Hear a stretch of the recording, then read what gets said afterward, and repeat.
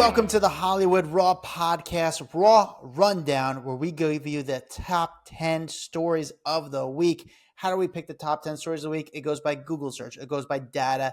And lastly, it goes by our personal opinion, but ultimately comes to the data. What you guys are clicking on. You wonder why everyone covers Pete Davidson? It's because people click on him. It's one of the most viewed stories of the week. Not saying Pete's in this news. I'm just giving an example. Dax, unique week in the world of entertainment news. I feel like we're starting to slowly phase out of the Bezos wedding, which, I wonder if you had to sign an NDA to go to that wedding. I'm assuming you did. Or if it was just expected, keep your mouth shut. I wonder what you had to do. No, I think even when you do the expect kind of thing, you're still going to have aunts, uncles, people that aren't in the spotlight that don't understand, and they're going to want to put it on their social media, and it needs to all be approved prior, I would think, or at least given the heads up. Lauren's going to want to look over and make sure she looks good, all that kind of stuff. So I'm sure that there was a no phone rule allowed, or at least a don't post without us seeing it first kind of thing. I could see them even taking everyone's phone and say, don't worry, we're going to have so many photographers for you, for you and your partner, and just that you don't even need your phone. I don't know. I don't know what the whole setup was, because we didn't really see photos of the inside, but I feel like it's just taken over the news cycle. Lauren had posted some stuff, but not a lot. I thought there'd be more right away. Yeah, I thought I'm sure we'll get the people exclusive coming up pretty shortly here. With all the interior shots. But I'm guessing they're going through, looking at all the photos, making sure that everyone's on board before they go and release them all. Yeah, very well. All right, before we get to the top 10 stories of the week, when you guys give us reviews, we shout you out on the air. It's the best thing to do to support this podcast. Dax, do you have a review ready for us? I mean, I should if I was prepared and ready for this. Hold on. Oh, you were? Oh, you didn't? Okay. I totally forgot about it. Hold on. I'm grabbing it. Don't give me 1 second. I will have one for us. Here we go.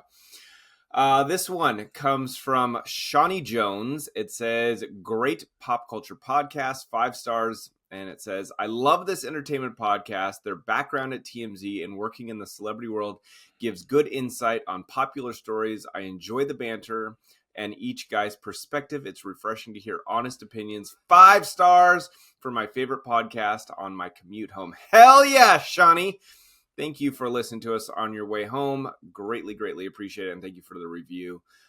Keep them flowing, people. Yes. Thank you. Keep the reviews coming. If you've given one already, give another. Grab your friend's phone and say, hey, let me do something real quick.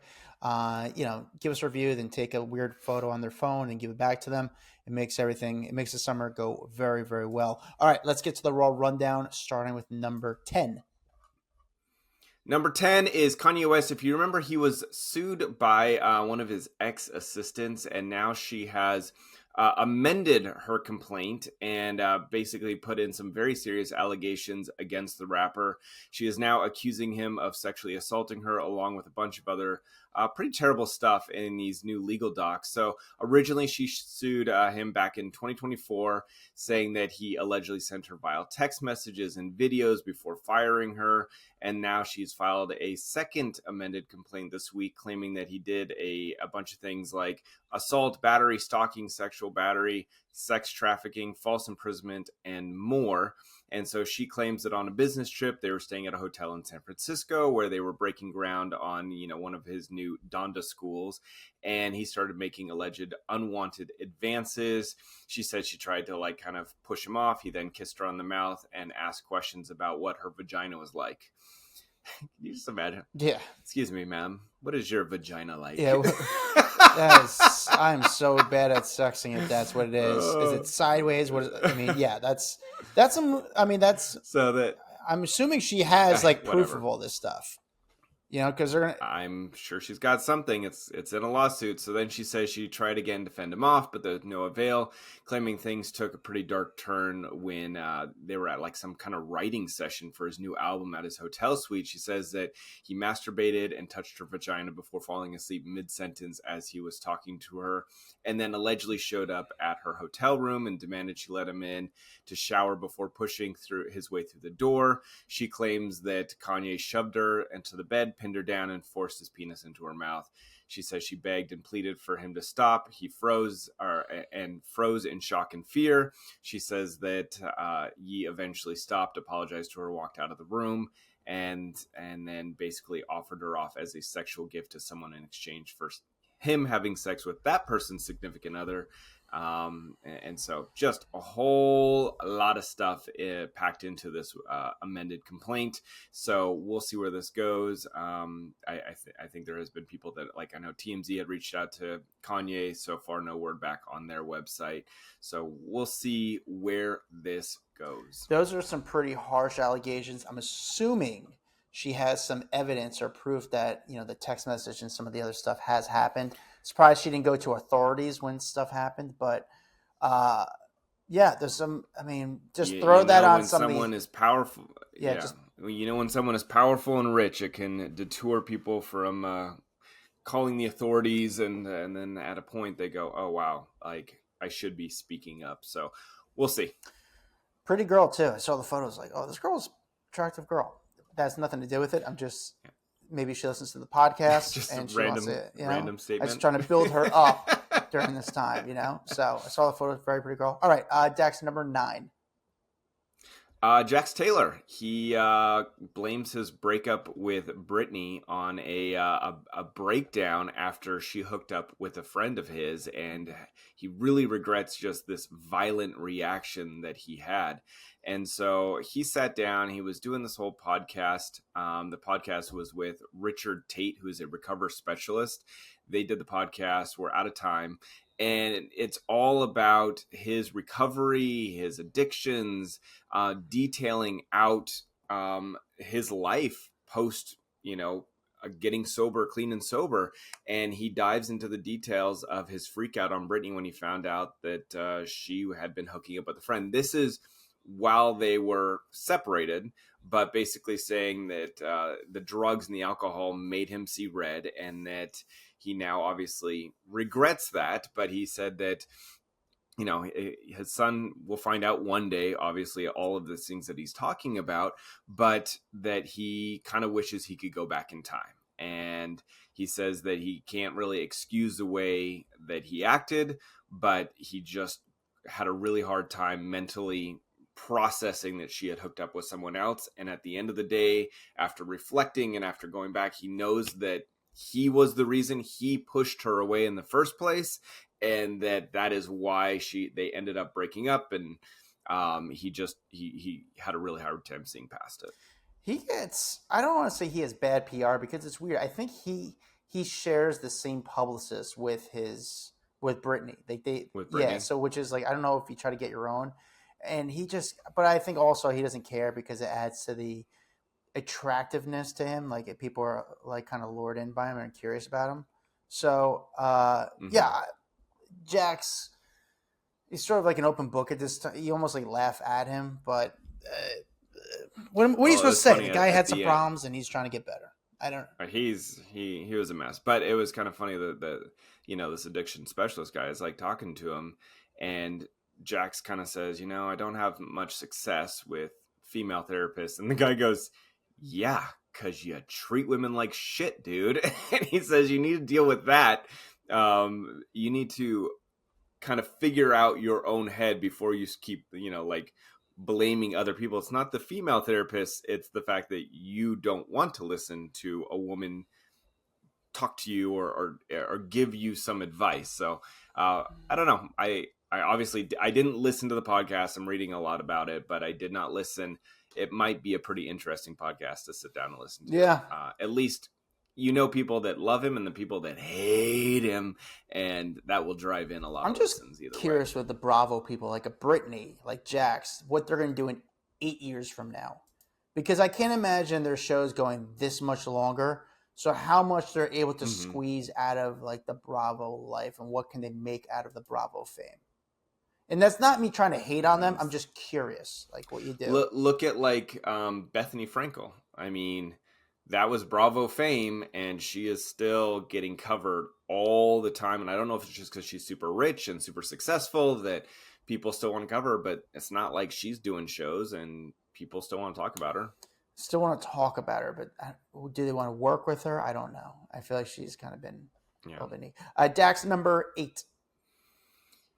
There's a lot of rumors going around that Tom Brady and Sofia Vergara were dating. You know, we've seen them all over yachts. They've been traveling through, I don't know if it was the Mediterranean or Europe or whatever, but they've been hanging out on a lot of yachts lately.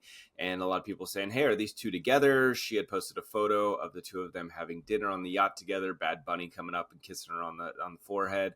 And people noticing all this time. Plus, there's been a lot of pap photos of this yachting cruise because there's been so many people on it.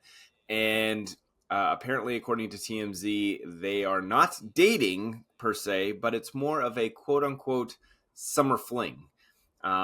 Which is funny because when you say it like that, it's almost like you still want people to cover the story, but like don't cover it too hard, but cover it. It makes me wonder Yeah. if it was her people going, "Oh, this is a good story to keep her name in the She's been headlines." throwing so much heat on social media lately. Like, there's something about her. She's becoming almost like the new Elizabeth Hurley, where Elizabeth Hurley is one of those people Yeah, where she doesn't really act as much as she used to, but she drops these photos. You're like, man, she's still got it. And Sofia Vergara, who's what I think today's her birthday, she's like 53. yeah. I mean, she's showing that she still looks good. I mean, I can't imagine from knowing and working on Tom Brady. I can't imagine this story dropping from Tom Brady's side. Yeah, I don't think so either. This seems like and Sophia's. I mean, she hasn't really hid away from her publicist talking to the media. We kind of know that throughout her whole divorce with Joe Manganiello, it was very much like her side was putting out stories and stories and stories. So I think she gets it and she understands how to keep her name relevant. By the way, did you see all the people that were on that super yacht that she was hanging out with? I mean, not only was Tom Brady there, but Martha Stewart, Kendall Jenner, Naomi Campbell, Kate Hudson, Patrick Schwarzenegger, Anita.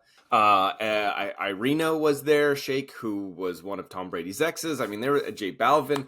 A lot of people out hanging out together. Kind of seems like it'd be a pretty fun boat to be on, It's personally. awesome. It's awesome. They're a bunch of rich people, and nobody knows who pays the bill at the end, and they expect someone else to pay the bill.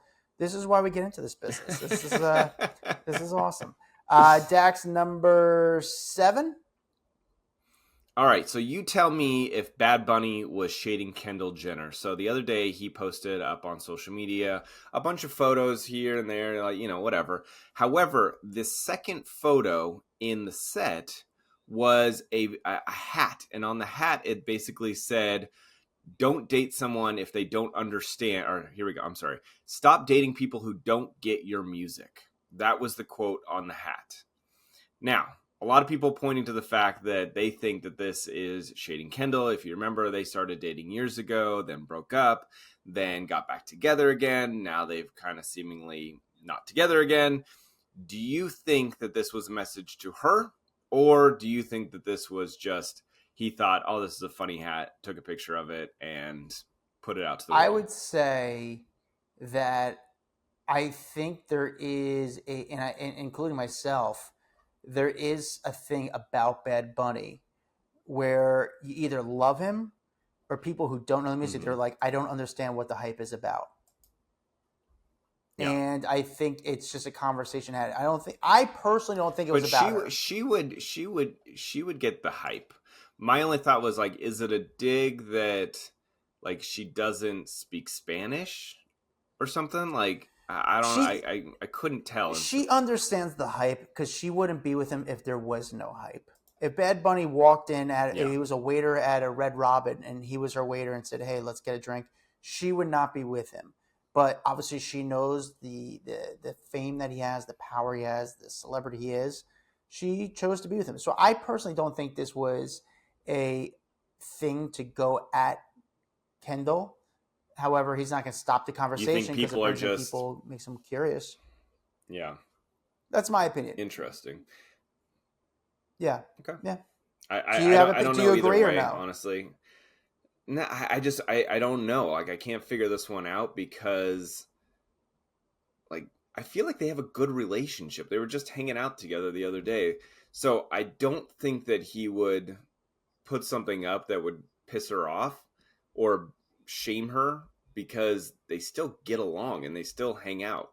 So that's the only reason that I don't think that it would be directed towards her. Yeah.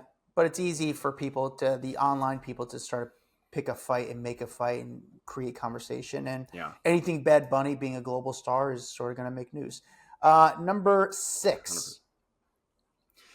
Denise Richards makes so much money off of OnlyFans, it's out of control. So her and her ex, Aaron Pfeiffer's, the First one of that all, on she is OnlyFans, going I don't think through she's the even getting nude. no, I don't think she does either. I think she's just putting up content and people go and look and maybe it's like feet stuff. I have no idea, but she's making a ton of money off of it. Her and her ex, they're going through this divorce right now. And a part of the divorce filing, he had to put out basically how much the couple makes, how much he has brought in. Like, so he is trying to get his side of the money, obviously. And he claims that she makes $250,000 a month.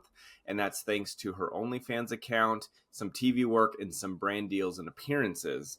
So he then claims that they spend $105,000 a month on some of like the estimated expenses. Like a big portion went to food. He claims that they spend $15,000 on eating out, $10,000 on groceries. He then claims that she spends $20,000 a month on clothes and $18,000 a month on rent.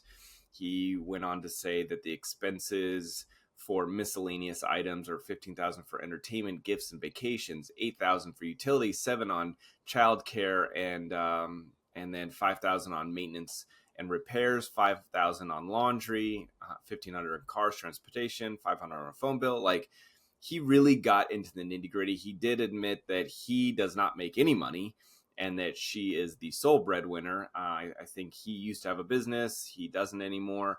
And so by divulging all of this, obviously he wants a pretty big stake of this money. And so he is going to be probably fighting for a big chunk. I mean, what'd you say, $10,000 just on groceries? That's $2,500 a week. You must be getting pre-made meals because there's only 4 weeks in a month. I don't know how you spend $10,000 on groceries, but you're also $15,000 on eating out. So think about how much you're out on the town eating food, and you have groceries at home. Like, that's a lot of money. That's a lot of money on food over the month. And he's got to prove And that. So I don't know how he must have. They're going to go through their credit cards. They're going to go through the tax statements. And listen, if she's making $250,000 a month, then why'd she do that boot camp show not too long ago on Fox? But yet again, maybe that's just to amplify the OnlyFans. I mean, he did say TV work and appearances, so I'm assuming that money went into this 250. That's some serious money. I had no idea she was doing that well. No wonder why she doesn't really care to be a housewife that much anymore. Like, she's like, I'm doing all right. Don't worry about me.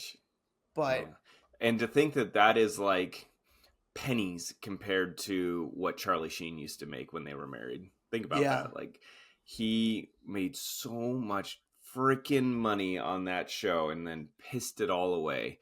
And it's just wild. Like, because $250,000 a month is like wild money, and to think that was still nothing compared to Charlie is so crazy. So crazy. What are we on, number 6 or 5? Oh yeah, we are number 5. We are on number 5. So Brielle Biermann admitting that she was getting a ton of fillers, and basically so much so that it became, quote unquote, becoming like going and getting a Diet Coke. She was headed to the doctor so much. So she is now one of the influencers, or I guess celebrity, set to appear on the Botch Presents Celebrity Plastic Surgery Rewind. That is the name of the show. It's got Terry Dubrow on it. and they're sitting down having conversation because this is one of those shows that they talk about maybe like some regrets or things that you've done and now you want to have a more natural look. She said, I had just turned 18 when I got my lips done. I graduated high school, and the second I graduated, my mom took me to LA and I got my lips done by the doctor that everyone was getting their lips done at the time. And she then said that her mom actually urged her not to get fillers for her under her eyes.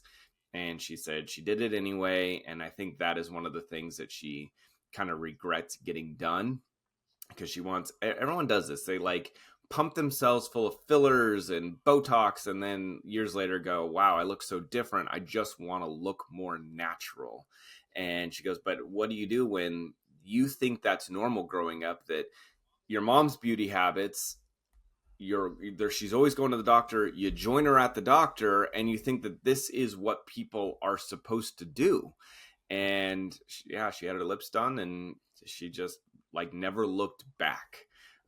So she's not the only one talking about all of the surgeries and enhancements that she's done.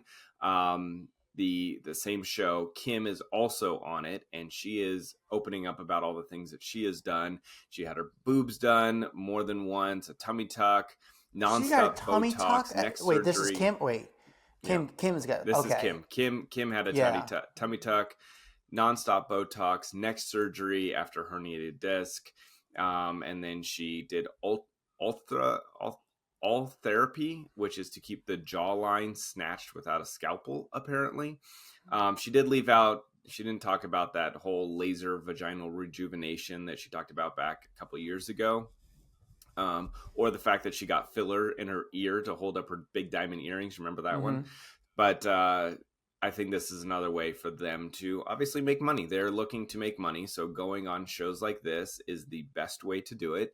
You're going to get, $15,000, $20,000 to appear on the show. And right now, Kim needs it. So work, girl. You got it. Yeah, I mean, we've been talking about them now for what, 2-3 weeks now in a row. They got to keep their names out there to kind of make up the money. I'm saying the Biermann family. We had the one daughter last week talking about how she has to work and pay Kim.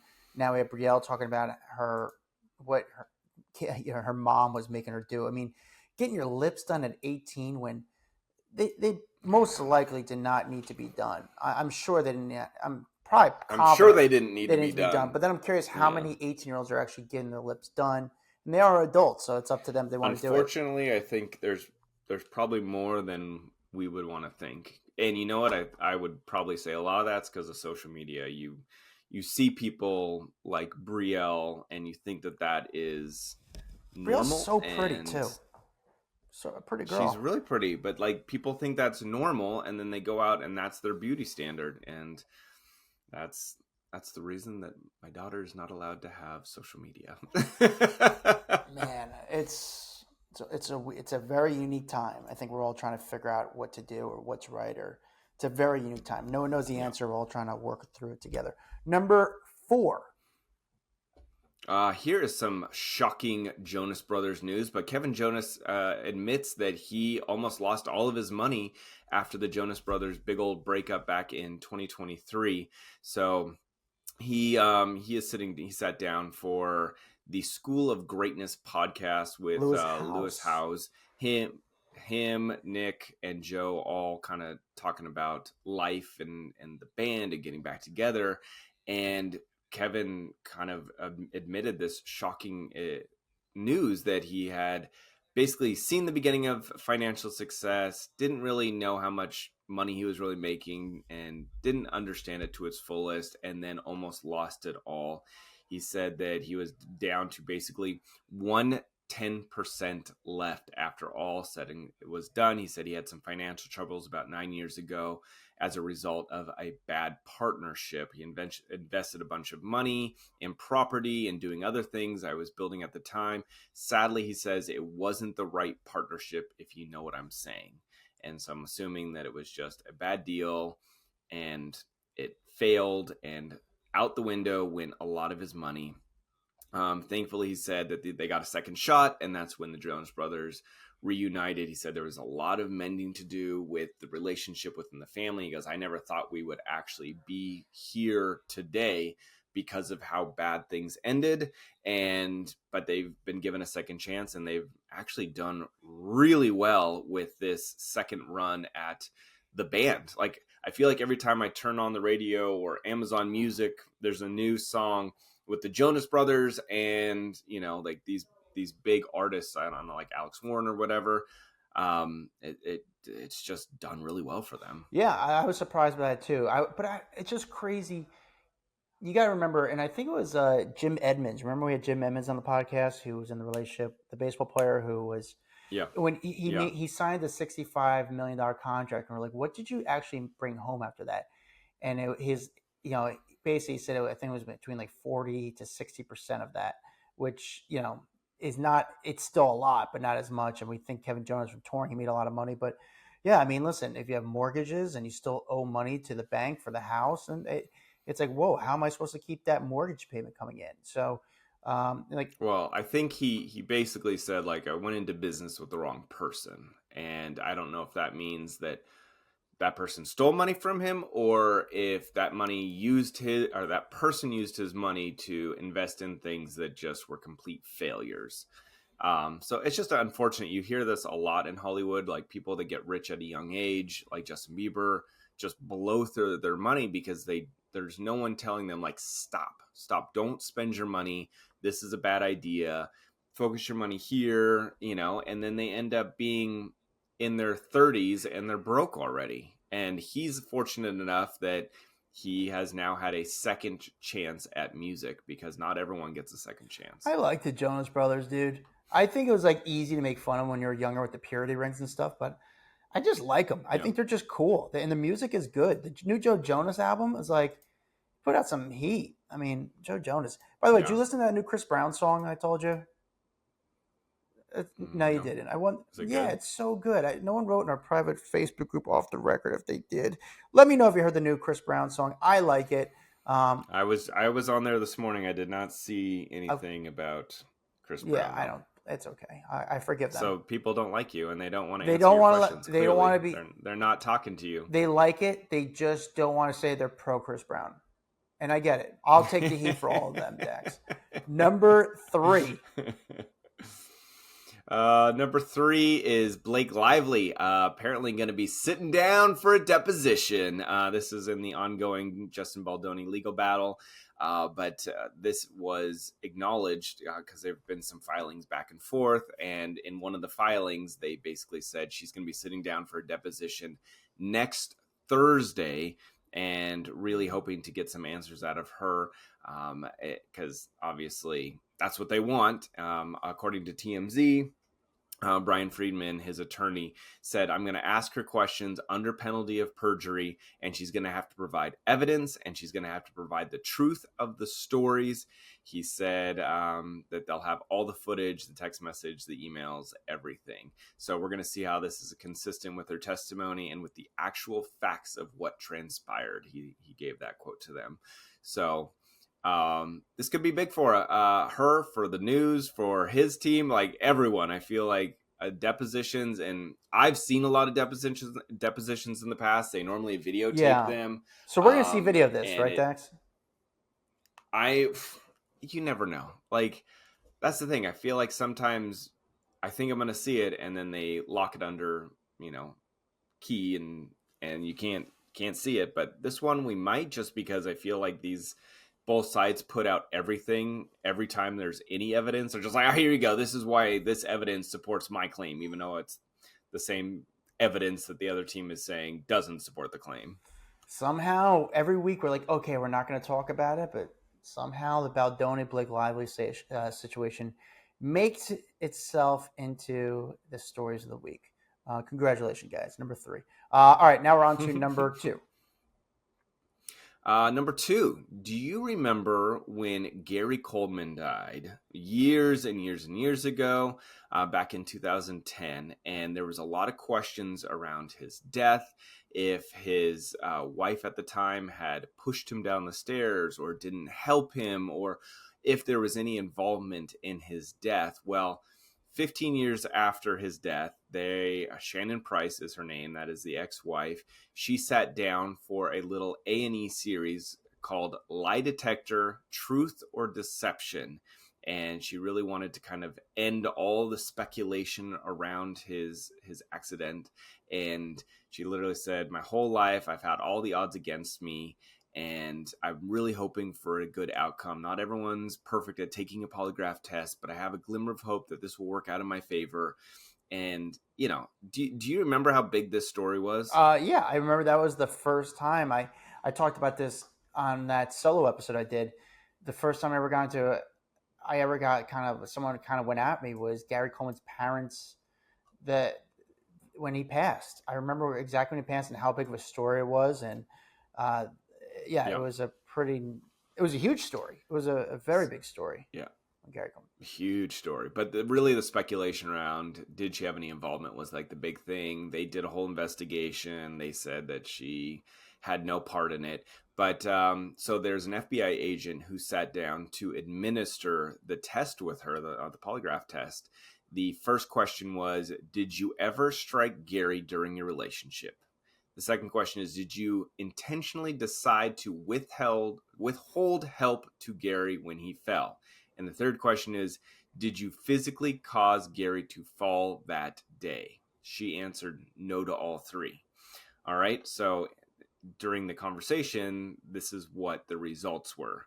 That the first two questions were inconclusive. Okay. Those were like, did you ever strike him? And did you decide to withhold help?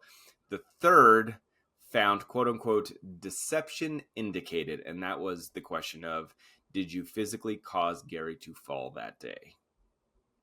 So she kind of failed the test. And, you know, she basically said, not everyone's good at taking polygraph tests. Which is true. I know in my heart. Yeah, that is true. People get very nervous.